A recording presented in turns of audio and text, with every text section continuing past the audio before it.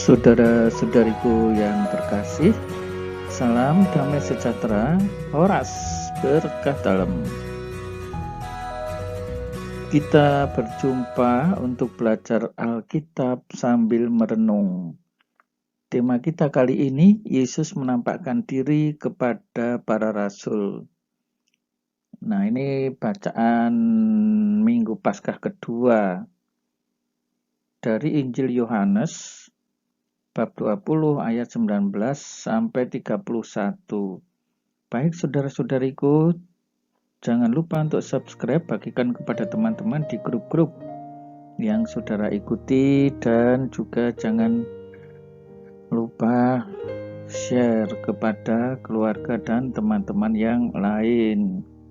Jangan lupa nyalakan loncengnya supaya mendapat notifikasi langsung video baru. Ketika hari sudah malam, hari pertama minggu itu, berkumpullah murid-murid Yesus di suatu tempat dengan pintu-pintu yang terkunci karena mereka takut. Lihat ya, setelah Yesus mengalami peristiwa tragis, yaitu dihukum dengan disalibkan, murid-murid menjadi galau, murid-murid menjadi takut. Kepada siapa ya? Kepada orang Yahudi. Nah, dalam situasi takut seperti itu, sekarang Yesus datang dan memberi sapaan. Sapaannya apa? Damai sejahtera bagi kamu. Coba ini saudara-saudari, dalam situasi takut, kalau ada sapaan damai sejahtera, betapa sapaan ini sangat menyejukkan. Ya, betapa sapaan ini membuat hati mereka tenang. Dan sesudah berkata demikian, ia menunjukkan tangannya dan lambungnya kepada mereka. Murid-murid itu bersukacita ketika mereka melihat Tuhan. Kita lihat kembali ada suatu perubahan ya, dari situasi takut sekarang menjadi situasi sukacita.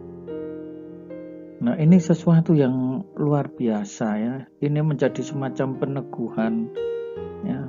Mereka bersukacita karena apa ya? Ketika mereka melihat Tuhan.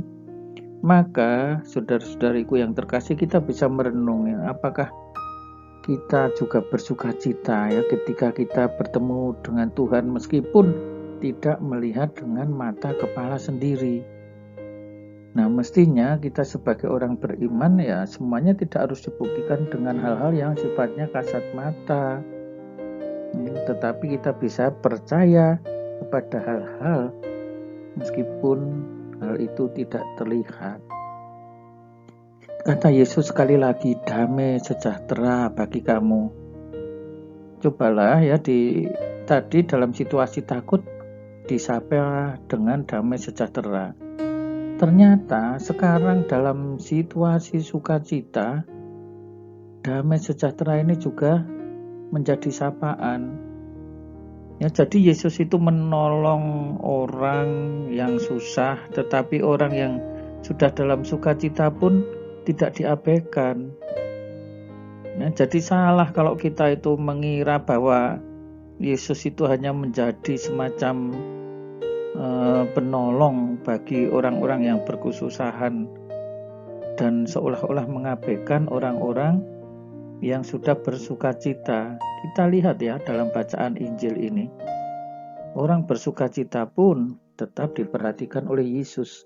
Sama seperti Bapa mengutus aku, demikian juga sekarang aku mengutus kamu. Nah, ini loh perutusan untuk membagikan damai sejahtera. Kita juga diutus untuk mewartakan Injil, mewartakan damai sejahtera, mewartakan Yesus yang bangkit. Dan sesudah berkata demikian, ia mengembusi mereka dan berkata, terimalah Roh Kudus. Saudara-saudari yang terkasih, tidak main-main loh ini yang diberikan oleh Yesus ini, Roh Kudus. Jadi yang menjadi bekal bagi para murid bukan uang, bukan pakaian, bukan materi, tetapi disebut di sini Roh Kudus. Terimalah Roh Kudus. Ini menjadi bekal untuk pewartaan Injil bagi para murid. Jikalau kamu mengampuni dosa orang, dosanya diampuni. Dan jikalau kamu menyatakan dosa orang tetap ada, dosanya tetap ada. Bahkan kemudian para murid itu diberi kuasa untuk pengampunan dosa. Ini luar biasa. Ya. Banyak orang yang menolak bahwa murid-murid itu diberi kuasa ya, tetapi jelas ini yang mengatakan Yesus yang sudah bangkit ya, terbukti Yesus yang sudah mulia, terbukti dari Yesus yang sudah menang atas maut, menang atas dosa. Nah, saudara-saudariku yang terkasih,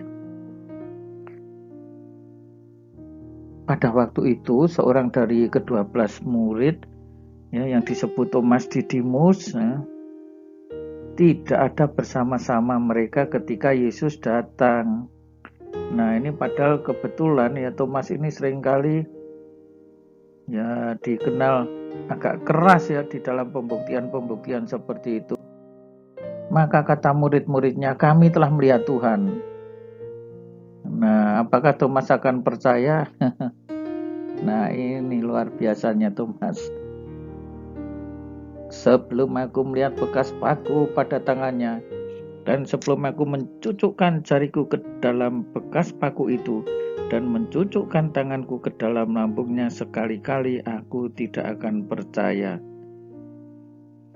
Saudara-saudari yang terkasih, sebegitu keras hatinya Thomas ya, sehingga dia ingin membuktikan ya, seperti di dalam gambar ini. Nanti kalau Yesus datang, saya akan mencucukkan tangan ke lambungnya. Ini lambung yang kena apa ini? Yang dulu Yesus ditikam dengan tombak ya, waktu di kayu salib. Tapi apakah Thomas akan melakukan seperti ini? Ya, ini hanya gambar ilustrasi ya. Ternyata, nah nanti akan kita lihat ya. Jangan kemana-mana ya, kita akan melihat dan membuktikan seperti apa kemudian yang terjadi pada diri Thomas. 8 hari kemudian ya, murid-murid Yesus berada kembali di dalam rumah itu. Ini dalam rumah yang sama ya, dan Thomas bersama-sama dengan mereka. Nah, kali ini Thomas ada. Peristiwanya mirip sekali saudara-saudari yang terkasih. Pintu-pintu terkunci. Tadi kan juga ya pintu-pintu terkunci. Lalu Yesus datang ya. Tetapi tadi murid-murid dalam situasi takut. Kali ini ia berdiri di tengah mereka dan berkata, damai sejahtera bagi kamu. Persis sama, pintu terkunci, Yesus tetap bisa masuk meskipun pintu terkunci, dan sekarang menyapa murid-muridnya sekali lagi, damai sejahtera bagi kamu. 8 hari kemudian ya. Nah, sekali lagi, apakah Thomas akan melakukan yang seperti ini? Kita lihat. Ia berkata kepada Thomas, taruhlah jarimu di sini, lihat tanganku. Ya, yang dimaksud apa ini adalah tangan yang terluka karena dulu dicucok dengan paku. Ya. Dan cocokkanlah ke dalam lambungku. Ya. Dan jangan engkau tidak percaya. Thomas disuruh mengulurkan tangan untuk mencocokkan ke dalam lambung Yesus. Ya, Thomas kemudian menjawab, ya Tuhanku dan Allahku. Nah, saudara-saudari, ternyata ya, ketika Yesus memerintahkan Thomas untuk mencocokkan tangan ke bekas paku, bekas cocokan tombak di lambung Yesus, dia tidak berani. Juga ketika mau mencocokkan jarinya di bekas paku di tangan Yesus, dia pun tidak berani. Tetapi jawabannya apa? Iya, Tuhanku dan Allahku. kita lihat ya transformasi yang luar biasa. Dari seorang Thomas yang sebegitu kerasnya ketika berhadapan dengan Yesus, dia menjadi Thomas yang lemah lembut. Ya Tuhanku dan Allahku, ini kan seperti orang yang ya semacam bertekuk lutut ya, sangat lemah di hadapan Yesus. Nah saudara-saudari, sampai di sini kita bisa merenung demikian. Tadi ada situasi takut menjadi situasi sukacita. Ya, ketika kita bertemu Yesus, mestinya situasi seperti itu terjadi juga di dalam diri kita. Ya, bersama, dengan kata lain begini, bersama Yesus selalu ada sukacita, bersama Yesus tidak ada ketakutan. Ya, bersama Yesus percayalah ada damai sejahtera.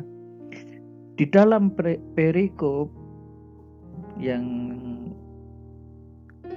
ya tidak terlalu pendek, tidak terlalu panjang ya, yang hanya beberapa ayat ini kita melihat kata damai sejahtera ditampilkan 3 kali sebagai sapaan Yesus. Damai sejahtera. Ya, betapa leganya orang mendapatkan sapaan itu ya, damai sejahtera. Nah, saudara-saudari yang terkasih di dalam Tuhan Yesus Kristus, kiranya kita pun dari takut menjadi sukacita, dari perasaan tidak tenang sekarang mendapat damai sejahtera. Namun juga selain itu kita mesti mewartakan dan mengubah diri kita yang sebelumnya itu keras seperti Thomas. Tuhan, jadikanlah hatiku selembut hatimu. Ya, Thomas saja sampai mengatakan, ya Tuhanku dan Allahku. Hanya itu yang bisa dikatakan oleh Thomas. Dan apa kemudian yang disampaikan oleh Yesus? Karena engkau telah melihat aku, maka engkau percaya. Berbahagialah mereka yang tidak melihat namun percaya. Nah, saudara-saudari, kita kan tidak pernah melihat Yesus ya, tetapi kita percaya. Nah, berarti kita akan beroleh sukacita itu, kita akan beroleh kebahagiaan itu, merayakan dan mengalami Yesus yang bangkit, ya, Yesus yang mulia. Masih banyak tanda lain yang dibuat Yesus di depan mata muridnya yang tidak tercatat dalam kitab ini. Iya, karena apa? Begitu banyaknya tanda-tanda lain. Kalau mau dicatat, ya kitab sucinya itu tidak bisa menampung ya, buku-buku setebal apapun tidak akan selesai mengupas dari Yesus orang Nazaret sejak kecil sampai sekarang, Yesus yang telah bangkit.